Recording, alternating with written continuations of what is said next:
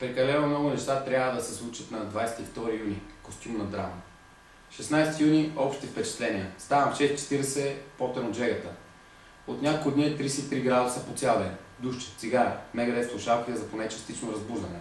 В 7:30 шофьор взима мен и изпълнителката на главната роля Миленита отпред Патриарх Евтимий 19. Ай заминаваме за ЖК Люлин 9, ресторант Нашенци, класика без аналог.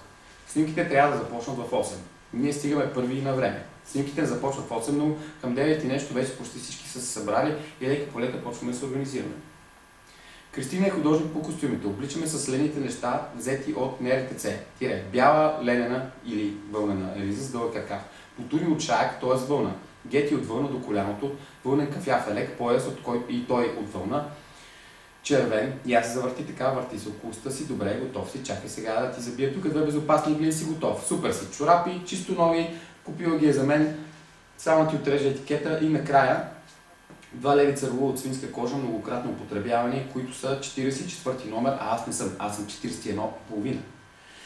Това не е краят. Калпак, разбира се, рутав калпак, тип за много дълбока зима, сериозен, с косми. Цървулите имат много сложна система за обуване или поне така изглежда на мен и Кристи. След това с тях е почти невъзможно да се ходи. Следва най-важният момент – разбора на ролята на досаден сервитьор с режисьора. Обяснявам му, че за да уплътним образа, да му придадем пластичност и да придадем повече смисъл на факта, че всички ние сме се разкарвали до майната си в тази съгласи се Шошо направо, не Софийска жега. Би следвал досаден сервитьор да не е смешновато глупав, а да е маниакално зловещ, като Кевин Спейси. Режисьора каза: добре, прав си, направил като Кевин Спейси, що ме искаш? Викам: верно ли бе? Вика: да. Вика: страшен си с този кълпак. Между другото, просто си страшен. Всички пият кой вода, кой сокче, аз не, аз се дехидрирам. Часовете се нижат и аз не пия нищо. Понеже не мога да пикая с този пояс, цялата система ще се срине, ако го сваля. Първо са външните снимки. Единия пич се удря от тях главата в една врата. Появявам се аз, пича ми казва: какво има пак? А аз, досадният сервитьор, с гаден тон, казвам: ами помислих, че си тръгвате без да си платите сметката. А той уж посяга да ме удари, след което ми хвърля 20 лева, аз казвам злобно и мазно, същински Кевин Спейси.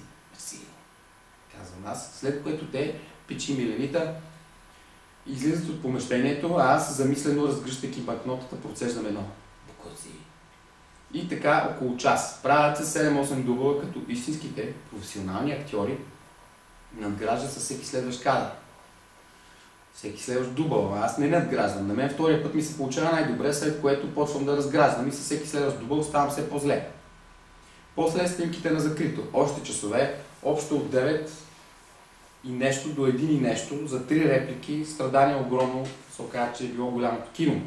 17 юни, задух страшен.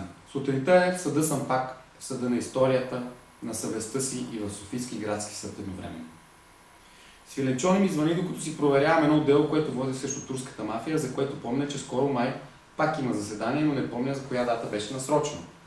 Слушам го в слушалката, но не съвсем внимателно. На 22 юни, вторник, твърди Свиленчони в слушалката, положението се очертава изключително сложно. В 10 часа има заседание на Комисията за защита на конкуренцията, на което трябва да се явя тук в София, и едновременно с това в 10 часа има заседание на Комисията за обществената поръчка в град Хикс, който е на 400 км. Така се налага да ми помогнеш. Свършва той в слушалката. На кой, викам, юни? На 22. Казвам: не можеш да искаш това от мен. Няма никакъв шанс да изпусна концерта на Мегарет и Металик. Ама той не е ли вечерта? Вечерта е, но като ида до град Хикс и като приключи комисията някъде следобедно време и като няма после кола да ме прибере и трябва да се прибирам с рейси, ще стигна точно за Thank you, София, we shall definitely return. Ами аз за това си мисля, да ти предложа да ме отмелиш на заседанието на КЗК, което е в сградата на КЗК на 250 метра от кантората ни, което е на приблизително 1800 метра от стадиона, на който е концертът и който ще приключи най-късно в 11 сутринта и което като приключи, аз ще имам достатъчно време, около 8 часа, за да измина разстоянието от 1800 метра, така ли? Ами да, Чарли, дори с пълзене пак ще свалиш. Не те слушах съвсем внимателно, разбира се, че приемам. Благодаря ти.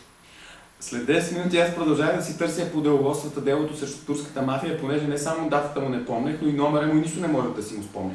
Свиленчони се обади пак. Ми каза, че Да не съм се бил притесняван, успял да ги извънка да отложа заседанието на комисията по обществена поръчка в град Хикс за чак за 11 часа на 22 юни, а мен щял да ме чака шофьор пред КЗК в 10:30. Нали ще приключиш до тогава? Надявам се, че да, след което да ме хвърли до летището в Горна баня, откъдето ме взима частен самолет, почти свръхзвуков. Кацаме на широката поляна малко край реката в град Хикс и аз вече се явявам на обществената поръчка вместо него, най-късно в 11:10 и все са щели да ми изчакат минута-две. Трябва да идиш и на двете копане. Завършва в слушалката той. Току-що ми изникна напълно неотложно дело срещу строителната мафия в град Игрек, което ще се точи цял ден, целият 22 юни. Частният самолет ще те вземе, когато следобява приключите в Хикс и ще те върне съвсем на време за концерта на Мегадет и на Металика и ще имаш време да се напиеш преди това, ако толкова ти се напива в тази адска жега. Викам, добре, то се е видял, копале. Има и късмет да не стигна в София поне 10 минути преди концерта. Няма бе, вика, стига се втелял. Трябва да затварям и затворим. Тогава намерих дело срещу турската мафия. Да, тук изненада не би трябвало да има. Насрочено беше за 10 сутринта, пак на 22 юни. Софийския апелативен съд на първа инстанция им бях ебал пичката ледена на мутрите, въпреки цялата им зловещост. Но бяха обжавали пред апелативен съд и там вече бяха напънали мускули подобаващо. Та бях силно притеснен как ще се развие делото ми, на което естествено нямаше как да не се явя. Излязох на улицата, слънцето хвърляше огън и жупел, не като огледало от фаянс, ами не знам като какво.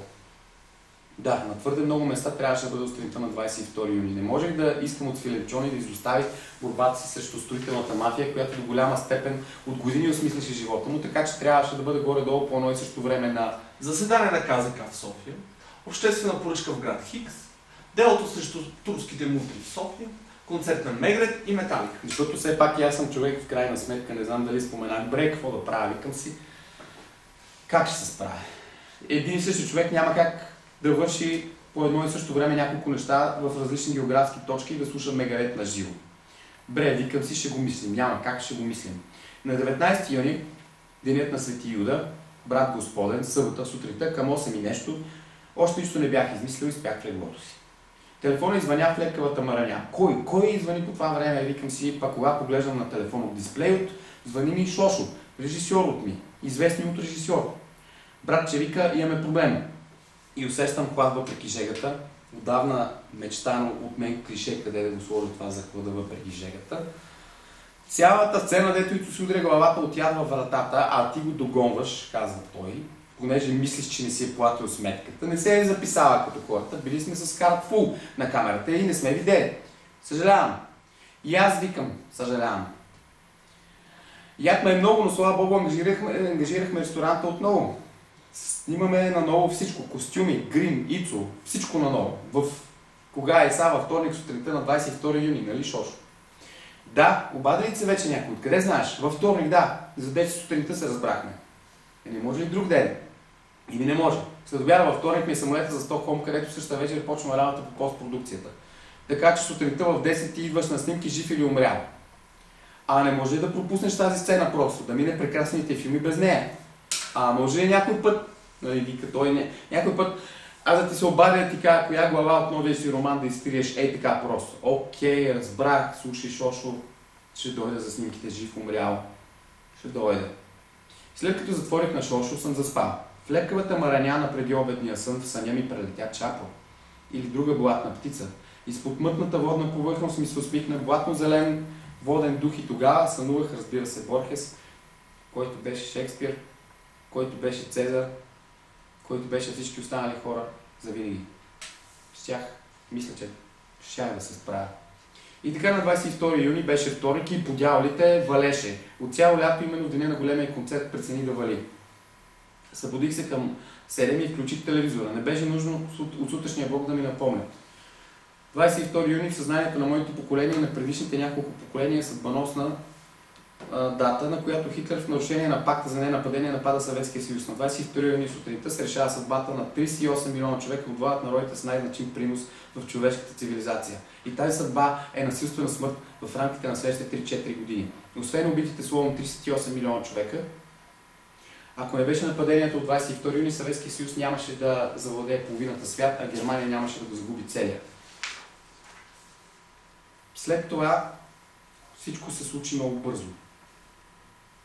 Отдавна мечтая да сложа това клише някъде. След това всичко се случи много бързо.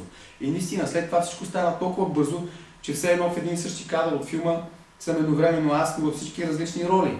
Кристина ми е купила нови чорапи, а е донесла пак старите цървули 43 номер, айде пак бялата вълна на риска, вълните потурки, кафявата бичка, почва да завъртиш около уста си.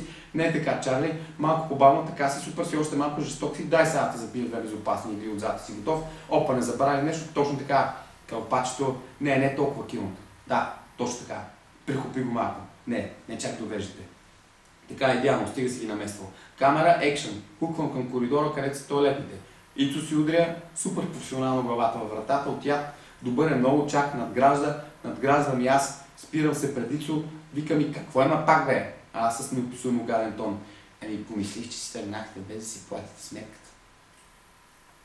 Имаме го, чувам Шошо да казва, т.е. получени са от първия път, след което безизразния глас на комисаря казва за протокола да се запише в 10:00 на 22 юни откривам заседанието на КЗК по преписка номер 1238974 по описа на комисията за 2010 година.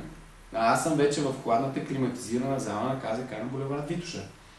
С костюм и връзка, но някак си изпоя си кълпак и всичко останало. И гласа на Шошо не престава. Имаме го. И собственият ми глас говори и казва така, колеги, адвокат Свиленчони не успя да се яви поради друг неотложен ангажимент, поради което го замесвам аз. Ако не възразявате, откривам заседанието на комисията по обществена поръчка в град Хикс, часа е 10:00. И в сградата на общината на град Хикс пак съм аз едновременно. И в костюм, и с връзка, и с кълпак, и цървули, и в същата секунда от времето вече съм, освен с всичко останало и с сребристо-сивата си адвокатска тобана капаска. И тогава съдиката Елена Александра Некомпетентнова, Корумпиранова, проговаря с немелодичното си гласче и казва: откривам заседанието на Софийския апелативен съд, еди коя си колегия, еди кой си състав. За гражданското общество се явява адвокат Парушев, за турската мафия се явява адвокат Провинциалски. Часът е 10:00 и в същата секунда пак съм аз, но вече освен всичко останало и съм с дънки, с фанелка на Меgadeth, с фанелка на Металика и е 10:00 сутринта и е 9:00 вечерта, как така едновременно остана и сутрин и вечер. И на националния стадион камбаните на Хемингуен бият. И Металика отпочват за кого бие камбаната. Джът, таун, търа, земята под краката ни. Се улюлява веднъж, направете тази битка на хълма рано сутринта, запява Джеймс и Хоп, става рано сутринта на 22 юни, пак съм аз, но вече не е същата година, и съм във всичките си костюми, и с фанелки, и кълпак, и цървули, и тога, и с каска този път, каска с орел отпред на нея и чувам зад гърба си команда на немски език, която не разбирам, на която кръвта ми знае, че означава напред в атака. И накрая пак съм аз, този път съм чисто гол, напълно неподготвен, парята на граничната застава рано сутринта и просто се бръсна пред огледалото с бръснач, понеже е 1941 година и няма само бръсначки. И чувам през рамото ми глас на руски език, който казва: Алексей Боришко, Алеша, погледни през прозореца, какво е това? Какви са тия танкове? Не е възможно. Това е пълен абсурд, швабите пресичат границата, тича и да будиш всички. И тогава обещанията за красивия нов свят са направени от желязо и започват да валят от небето.